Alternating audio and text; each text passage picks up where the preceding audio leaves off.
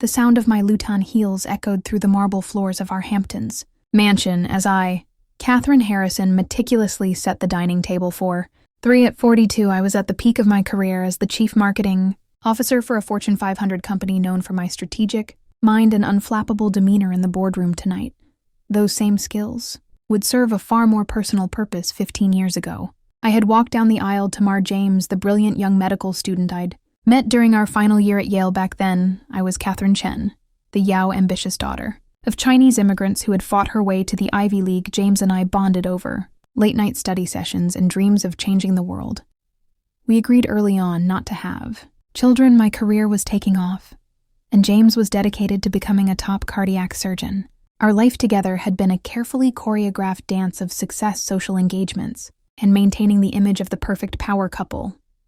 As I adjusted the blood-red roses in the centerpiece, I couldn't help but reflect on how that image had shattered 6 months ago. The irony wasn't lost on me as I smoothed down my black Chanel dress, a gift from James on our 10th anniversary. For years, I had been the consummate hostess, the supportive wife, balancing my own high EMP-powered career with the demands of being Mrs. Dr. Harrison. I had prided myself on my ability to read people, to anticipate needs and solve problems before they arose, yet somehow I had missed the signs of my own husband's betrayal. The moment of discovery came rushing back to me a rainy Tuesday afternoon when I accidentally found their text messages while using James's iPad to order his birthday gift.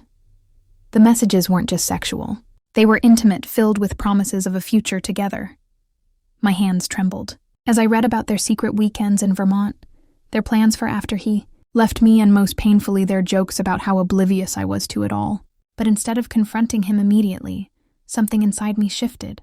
The raw pain crystallized into something darker, more purposeful. I spent months gathering evidence, hiring private investigators, and documenting every aspect of their affair. I learned their patterns, their meeting spots, and most importantly, their weaknesses. Sarah, barely 32, was ambitious and impatient, constantly pushing James to leave me. She wanted the lifestyle I had built with him, the status of being Mrs. Harrison, and the keys to this very house where I now stood preparing for their arrival. The doorbell chimed precisely at 7, and I felt my heart race with anticipation. Through the security camera feed on my phone, I watched Sarah walk up our limestone steps, her red dress a bit too tight for a dinner with her lovers. Wife, her expression a mixture of nervousness and poorly concealed triumph. James's car would be pulling up any minute. He had texted earlier saying he'd come straight from the hospital. Little did they know that tonight's dinner would be pulling up any minute. He had texted earlier saying he'd come straight from the hospital. Little did they know that tonight's dinner would be served with a side of carefully planned destruction. I smoothed down my dress one last time, feeling the weight of the USB drive in my pocket. It contained every piece of evidence I had collected, every secret I had uncovered, not just about their affair, but about certain medical irregularities at the hospital that James had been desperately trying to cover up. Tonight wasn't just about exposing an affair, it was about dismantling their entire world with the same methodical precision my husband used in his surgery, and I used in my marketing campaigns. Taking a deep breath, I savored these last moments before the show began. Years of presenting to Fortune 500 boardrooms had prepared me for high-stakes performances, but tonight would be my masterpiece. With one last glance in the mirror, I saw not just Catherine Harrison, the betrayed wife, but a woman prepared to reclaim her life with ruthless efficiency. Opening the door, I greeted Sarah with a warmth that made her visibly uncomfortable. Her eyes darted around nervously, taking in the elegant foyer where photos of James and me still lined the walls. 15 years of memories she thought she could simply replace. "Sarah, darling, I'm so glad you could make it," I said, noting how she flinched slightly when I touched her arm to guide her inside. The scent of her perfume, the same one I had found traces of on James's shirt, filled the air between us. The sound of James's BMW pulling into the driveway made Sarah's posture stiffen. I could almost hear her heart racing, could practically see the thoughts running through her mind. Was this a trap? Had I discovered their secret? But she had no idea just how deep my knowledge ran. As James walked in his confident surgeon's stride, faltered for just a moment when he saw us standing together. The color drained from his face before he quickly composed himself. Years of performing high-stress surgeries helping him maintain his facade. "Honey, you didn't tell me Sarah would be joining us," he said, trying to keep his voice casual while his eyes screamed panic. I watched them during cocktail hour, noting every subtle glance they exchanged, every careful Movement to maintain appropriate distance. I served them both my special Manhattan cocktails, a recipe I perfected over the years. As the consummate hostess, a toast I proposed, raising my glass to new beginnings. The irony in my words made my smile widen as they nervously sipped their drinks. James loosened his tie slightly. He always did that when he was anxious. Sarah's hand trembled as she held her glass, her red fingernails clicking against the crystal. The conversation flowed with artificial ease as I asked Sarah about her work at the hospital, watching her squirm as she tried to maintain professional distance. While discussing my husband, James has been an incredible mentor. She said, her eyes fixed on her plate.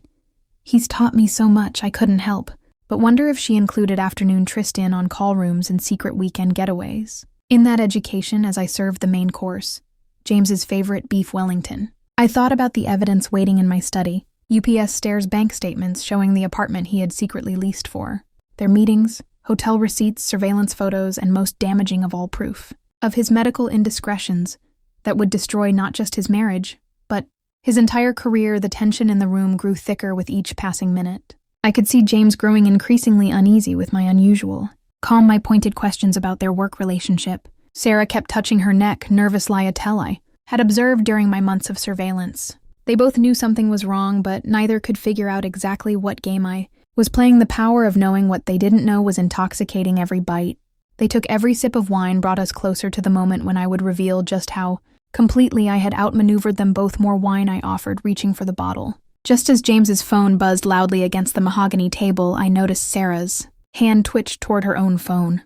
Their usual method of secret communication now useless. In plain sight, the moment had arrived, actually. I said, setting the wine bottle down with deliberate slowness before we continue. I have a special presentation, prepared the word. Presentation made James's fork clatter. Against his plate, he knew how thorough my corporate presentation had always been. I pulled out a remote control from under the table and pressed a button. The large mirror behind our dining room suddenly transformed into a screen, a feature of our smart home that James had forgotten about. I've been working on a little project, I announced, my voice steady despite my racing heart. A documentary of sorts. The first image appeared, James and Sarah entering a hotel in Vermont. The timestamp clearly visible. Interesting conference you attended last month, darling? I said to James, though. I don't remember seeing intimate dinners on the medical symposium agenda. Their faces turned ashen as more images appeared. Secret meetings, stolen kisses in hospital corridors, text messages I had recovered, but then came the real bombshell documents, detailing questionable surgeries, falsified insurance, claims, and evidence of kickbacks from PH title companies. It's fascinating, I continued, my voice dripping with calculated sweetness, how a routine investigation into a marital affair can uncover so much more. James gripped the edge of the table, his knuckles white. Sarah looked like she might faint. But wait, I said. Pressing another button, the screen showed footage from earlier. That evening, Sarah arriving at our house. Notice anything strange about the wine you've been drinking? Sarah. Her hand flew to her throat, eyes widening in panic. Oh, don't worry. It's not poisoned. I'm not. Want to check your phone?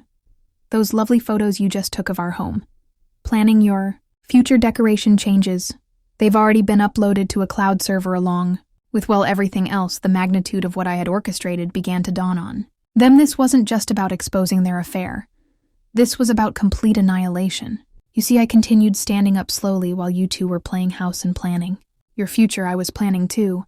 Every document, every photo, every piece of evidence has been carefully cataloged and sent to multiple secure locations. One wrong move, one attempt at retaliation, and everything goes to the medical board, the FBI, and every news outlet in the country. James finally found his voice, though it trembled. You're bluffing, he whispered. But the fear in his eyes told me he knew. I wasn't. I reached into my purse and pulled out a thick manila envelope. Divorce papers, I explained, sliding them across the table, already filed. But don't worry. I'm keeping the house and the cars and half of everything else. It's amazing what leverage one can get with the right information. Sarah suddenly stood up, her chair scraping against the hardwood floor. I should go. She stammered, but I raised my hand to stop her. Oh no, dear. We're not quite finished with dinner or our discussion. My voice remained idly calm as I pulled out another envelope. These are your resignation papers. From Mount Si, you'll want to sign them tonight. Her face contorted with rage and disbelief. You can't make me resign. You have no right? I laughed softly, the sound echoing. In the tense dining room, actually, I have evidence of you accessing patient files without authorization to help James cover his tracks. That's a federal offense, Sarah, but I'm giving you a choice: resign quietly or face the consequences. James attempted to regain control of the situation, his surgeon's ego refusing to accept defeat. Whatever you think you have, Catherine, we can work this out, he said, trying to sound reasonable. 15 years of marriage deserve better than blackmail. I turned to him slowly, letting him see the cold fury in my eyes. 15 years of marriage deserved better than betrayal, James, but here, I pressed another button on the remote, and new images appeared on the screen surveillance. Footage from his private office at the hospital showing him acting envelopes of cash from pharmaceutical representatives. Did you really think I wouldn't find out about the kickbacks, the unnecessary surgeries you performed to pad your statistics, the lives you put at risk for your reputation? My voice remained steady as I watched him crumble. Sarah, did you know about this part? Did he tell you how he built his... Next to the table where we had shared thousands of meals, made countless plans, and where he had ultimately sealed his fate, Sarah was escorted out separately, mascara streaking down her face as she realized her dreams of becoming the next Mrs. Harrison had transformed into potential federal charges before James was led away. I approached him one last time. You know what? The biggest difference is between you and me. James, you thought you were the smartest person in the room, operating on people's lives like they were chess pieces. But I learned to play chess too. And I learned to think 20 moves ahead. I reached up and straightened his tie one final time, a gesture I had performed countless times during our marriage. The house, the cars, the vacation properties, they're all mine. Now the prenup is void due to your criminal activities, but don't worry about money for your defense lawyer. I hear the public defender's office is quite competent. 3 months later, I sat in my home office reading the morning paper. James had pleaded guilty to multiple charges of medical fraud and insurance scams, facing 15 years in federal prison. Sarah had turned state's evidence against him, receiving a lighter sentence, but losing her medical license permanently. The hospital had launched a full investigation, and several of James's colleagues were also facing charges. My anonymous to the pharmaceutical board had opened an entire investigation into medical kickbacks across the state. I poured myself a cup of coffee and walked out onto my balcony overlooking the garden where James and I had once planned to grow old together. The divorce was finalized, my financial future secure and my reputation intact. The wronged wife who helped expose corruption in the medical system. The media painted me as a hero, though they never knew the full extent of my careful orchestration.